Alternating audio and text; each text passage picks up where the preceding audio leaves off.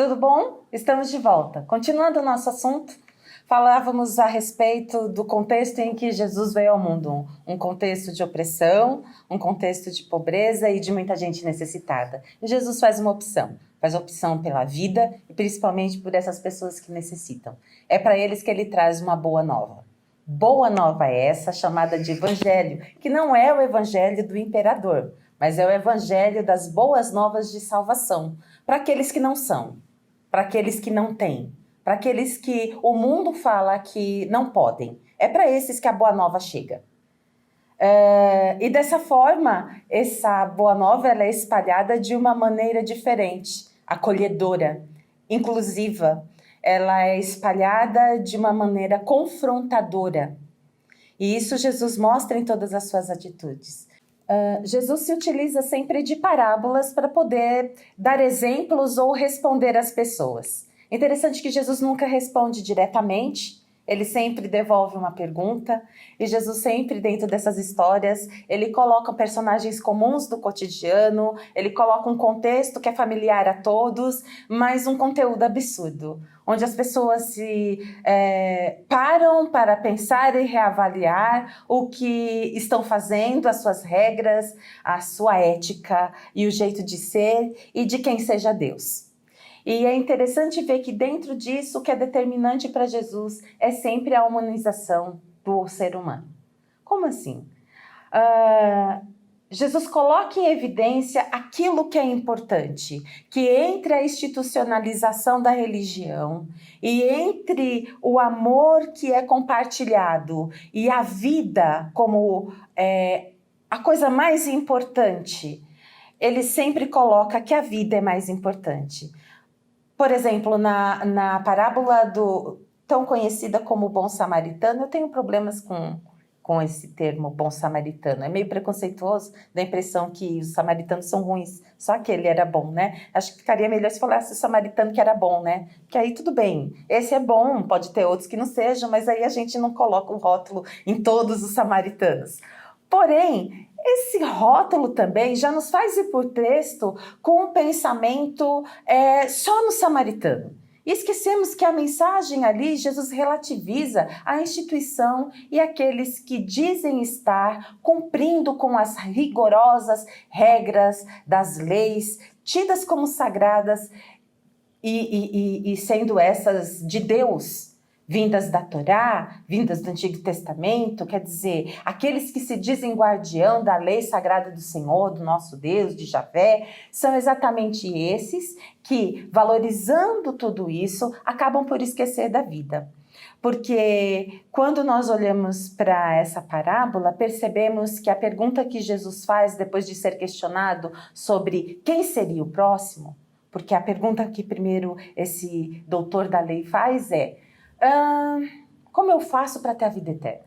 Jesus devolve a pergunta e diz: o que você faz para conseguir isso? Eu guardo todos os mandamentos. Ótimo, faço bem. Jesus falou: tá certo, ok. Jesus concordou.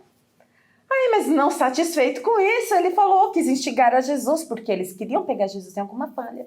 Ele diz: mas quem é o meu próximo? Né? Resumindo, a lei é amar a Deus sobre todas as coisas e o próximo como a mim mesmo. Mas quem seria esse próximo?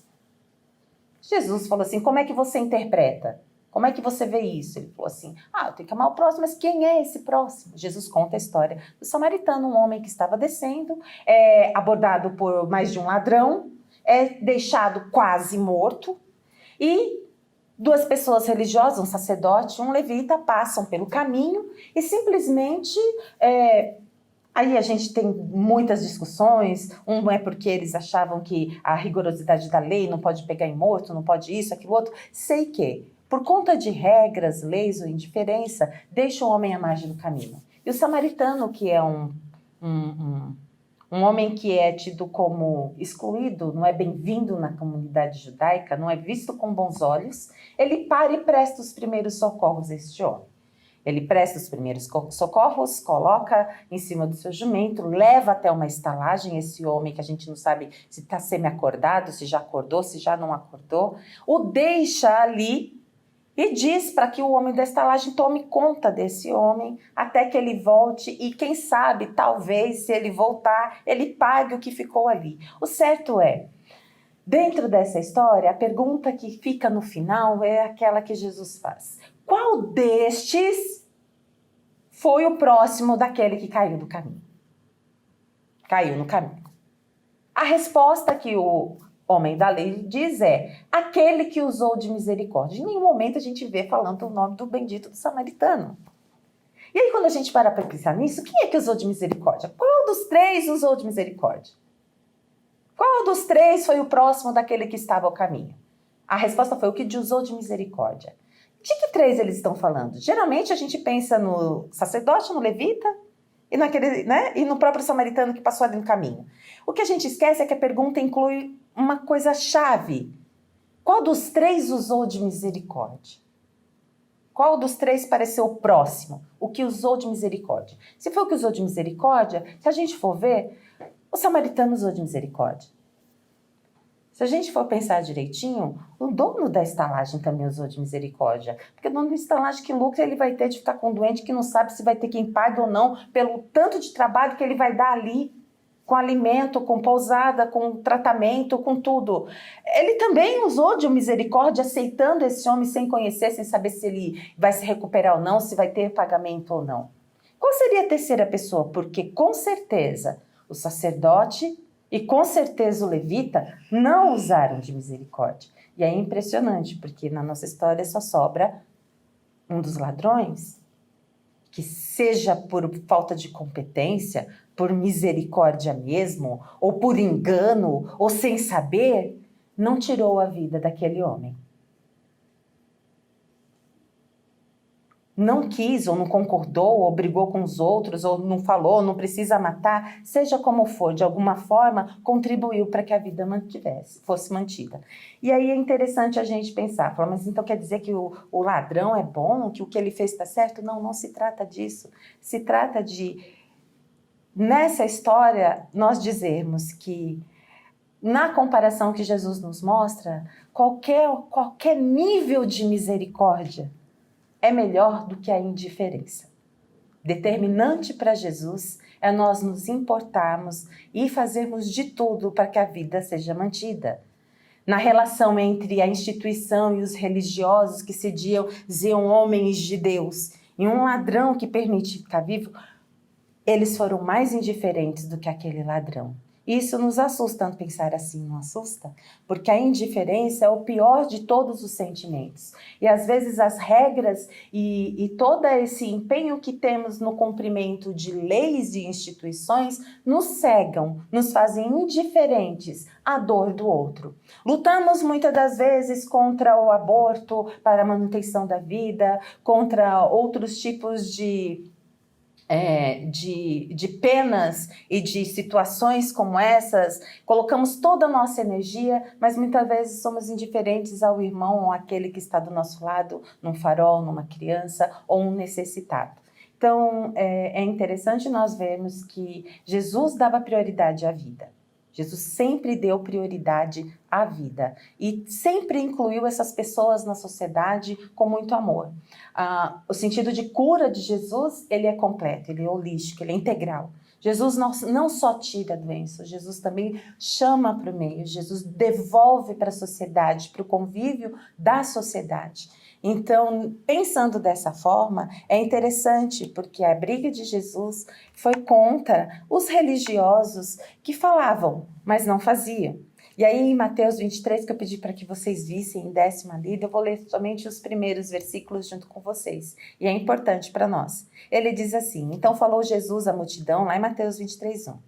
E aos seus discípulos, dizendo, na cadeira de Moisés estão assentados os escribas e os fariseus. Todas as coisas, pois, que vos disserem que observeis, observai-as. Jesus não vai contra a lei, não vai contra a Bíblia. E fazei-as, mas não procedais em conformidade com as suas obras, porque dizem e não fazem. Pois atam fardos pesados e difíceis de suportar e os põem aos ombros dos homens. Eles, porém, nem com seu dedo querem movê-los. E fazem todas as obras a fim de serem vistos pelos homens, mas trazem largos filactérios e alargam as franjas das suas vestes, e amam os primeiros lugares nas ceias e as primeiras cadeiras na sinagoga e as saudações nas praças, de serem chamados pelos homens, Rabi, Rabi. Vós, porém, não queirais ser chamado Rabi, porque um só é o vosso mestre, a saber, o Cristo, e todos vós sois irmãos. E a ninguém na terra chameis vosso Pai, porque um só é o vosso Pai, o qual estás nos céus. Nem vos chameis mestres, porque um só é o vosso mestre, que é o Cristo. O maior dentre vós será vosso servo. E o que a si se exaltar será humilhado, e que a si mesmo se humilhar será exaltado. Mas ai de vós, escribas, fariseus, hipócritas, pois que fechais os olhos aos homens sobre o reino dos céus, e nem vós entrais, e nem deixais entrar os que estão querendo entrar. E aí continua o texto falando sobre isso, que o maior é aquele que serve. Quer dizer, a ordem é outra, não é aquele que tem o poder, não é aquele que manda e não faz. Jesus nunca pediu para que ninguém o obedecesse. Jesus sempre diz, me siga. É a pedagogia do exemplo, é a pedagogia do faça o que eu faço. Eu não só acredito, mas eu pratico. A verdade de Jesus estava na coerência do que ele falava e do que ele fazia, do amor que dava aos outros, da inclusão que ele permitia aquelas pessoas e na sua prática do dia a dia. E nisso ele era acusado de se sentar com prostitutas, de comer com publicanos, de estar no meio de pecadores, daqueles que precisavam, daqueles que se achegavam. A este Jesus nunca xingou, nunca falou, nunca disse hipócrita, nunca criticou. Mas aqueles que se diziam portadores da religião, que se diziam grandes observadores da lei, mas não cumpriam, Jesus foi um grande crítico. E esses os perseguiu até o fim. Tanto que culminou naquela passagem que nós temos de Marcos, onde ele entra no templo e cura o homem que tem uma mão mirrada. E todos observavam porque era de sábado. E aí, será que Jesus vai curar no sábado? Se ele fizer isso de novo, porque ele já tinha feito algo no sábado, que era colher espigas e já tinha sido advertido, pela lei, mais de uma vez você violar o sábado é blasfêmia e era caso de morte. Jesus sabia disso. E mesmo sabendo disso, ele desafia e diz, a vida vem primeiro. O sábado foi feito para o homem foi feito para o sábado. E ele coloca ali a vida e a necessidade de cura, de saúde, de felicidade, de dignidade acima de tudo, arriscando e, nesse caso, entregando a própria vida por isso. Porque após isso, nós vemos claramente os versículos nos dizerem que os sacerdotes se juntaram junto com os fariseus e aqueles que estavam ali e atentaram contra a sua vida. E ali começa o martírio de Jesus, que morre e se entrega por aquilo que ele veio nos oferecer e dar. Vida com abundância. E é muito interessante porque dentro de uma ética que a gente possa se chamar de cristã, dentro dessa relação entre ser humano e Deus, a única mediação que existe entre ela é Jesus. E Jesus mostra isso fazendo o quê? Sejam como eu, o melhor humano possível. É a nossa humanização e é o nosso amor pelo outro que vai nos fazer ter comunhão e estar diretamente ligados a Deus. Nós temos uma religião que obrigatoriamente, para se chegar a Deus, passa pela vida do meu próximo. E isso não dá para negar. Não existe cristianismo sem dedicação ao outro. Não existe cristianismo sem passar pela vida do meu próximo, sem amá-lo como se ele fosse eu. Não existe cristianismo sem isso. É uma religião onde eu só encontro Deus quando eu encontro outro. É na comunhão com o outro que Deus e Jesus se faz presente. É onde estiver mais de um, dois.